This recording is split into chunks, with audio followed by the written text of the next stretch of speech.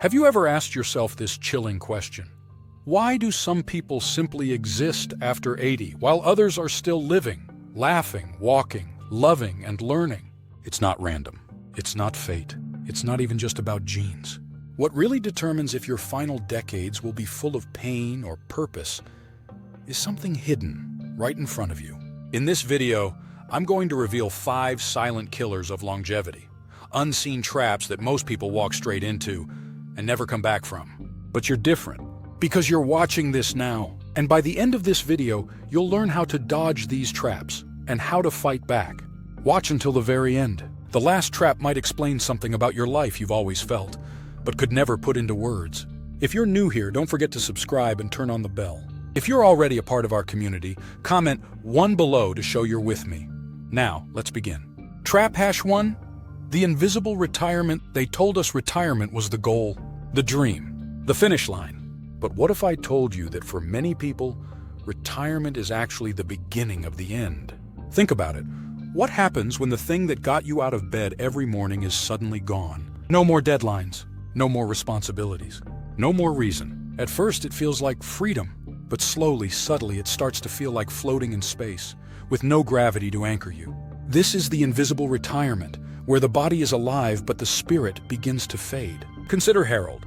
At 67, he retired from a high-powered finance job. He looked forward to golfing and relaxing. For the first year, it was great. By year 2, he started sleeping later. Watching more TV, he stopped shaving. His friends noticed he was withdrawing. By 70, Harold was diagnosed with moderate depression. By 73, early signs of dementia. He had slipped, not all at once, but inch by inch into the abyss. And the saddest part? It was preventable. The antidote isn't to avoid retirement, it's to redefine it. Purpose doesn't end when the paycheck stops. You can teach, mentor, create, travel with intention, start something new. Just look at Olive Riley, an Australian woman who started blogging at age 107. She called it the world's oldest blogger. She shared life lessons, responded to comments, and built a worldwide fan base. Olive passed at 108, but never stopped living. So ask yourself, if I retired from work, did I also retire from life? Trap hash 2, the comfort coffin. Here's a harsh truth. Comfort is not always your friend. In fact, too much comfort can become a coffin, slowly sealing you in, one soft pillow at a time. As we get older, the temptation to take it easy becomes overwhelming. We avoid stairs. We avoid travel.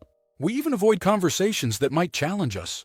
But the brain and body are like muscles. Stop using them, and they shrink. Neurologist Dr. Lisa Feldman Barrett once said, "Your brain is a prediction machine. If you don't give it surprises, it starts to break down." This is why people who live in blue zones, like Icaria, Greece, or Loma Linda, California, don't avoid hard things. They embrace them. They walk uphill. They garden. They cook meals from scratch. They argue. They engage. Now meet Julia Hawkins. At 105, she ran a 100-meter dash and finished it. Not fast, but smiling. When asked why, she said, "I just like doing things that people don't expect. Discomfort is not danger. Discomfort is life knocking on your door asking, 'Are you still in there?' The solution? Do one hard thing a day. Walk a little farther. Read something that challenges you. Learn something from scratch. If it's uncomfortable, that's a sign it's working." Trap hash 3. The loneliness loop. Loneliness is a disease. Let me say that again. Loneliness is a disease. It's not just about feeling sad or being alone. Chronic loneliness rewires your brain for fear. It suppresses your immune system. It increases the risk of stroke, dementia, heart disease, and death. In fact, research from Brigham Young University found that loneliness is as deadly as smoking 15 cigarettes a day. And here's the cruel twist. The more lonely you feel, the less likely you are to reach out. So the loop continues. Many seniors say, "I don't want to bother anyone." But connection isn't a favor someone does for you. It's a mutual human need. Look at the Okinawans.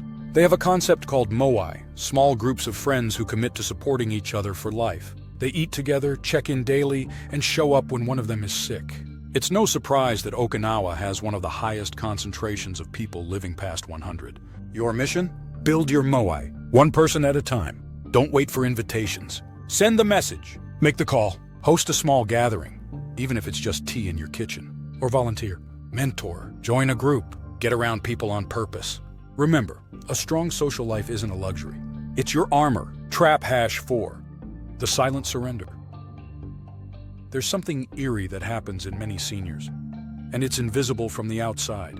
They stop imagining the future, not because they've given up, but because somewhere along the way, they began to believe the lie that dreaming is for the young. They stop planning trips. They stop writing lists.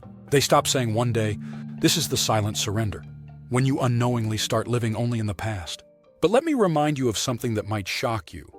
The oldest known college graduate was 96 years old. His name was Leo Plass. He dropped out in 1932 to support his family and went back 80 years later to finish. Why?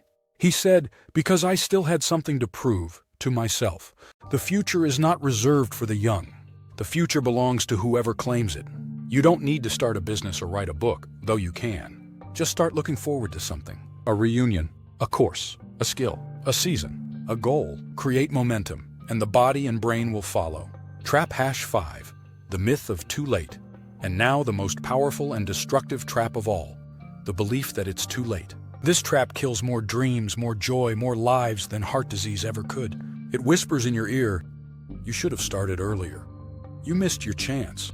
Why bother now? But here's what those voices never tell you. That Colonel Sanders started KFC at 65. That Laura Ingalls Wilder published her first book at 65. That Fauja Singh ran a marathon at 100. That Grandma Moses began painting at 78, and her art hangs in museums. Time doesn't run out until you decide it does. And here's the real kicker. Doing something late is still doing it. Most people never do it at all. So take the trip, learn the piano, start the YouTube channel. Write your story, change your diet, say I love you, say I forgive you, say I'm not done yet, because you're not. Final thoughts. If you're still watching this video, that tells me something about you. You're not interested in just existing. You want to live, fully, fiercely, and without apology. So let's make a deal. Choose one of these traps you refuse to fall into. Just one, and write it in the comments below. Let's make this a conversation. Because the truth is, you are not too old. You are not too late. And your life is not over. In fact, the best part might just be beginning. If you found value in this video, please hit like. It helps us reach others who need to hear this message. And if you haven't subscribed, do it now. Because we've got more to uncover, and I want you on this journey with me. Stay strong. Stay curious. Stay alive. I'll see you in the next one.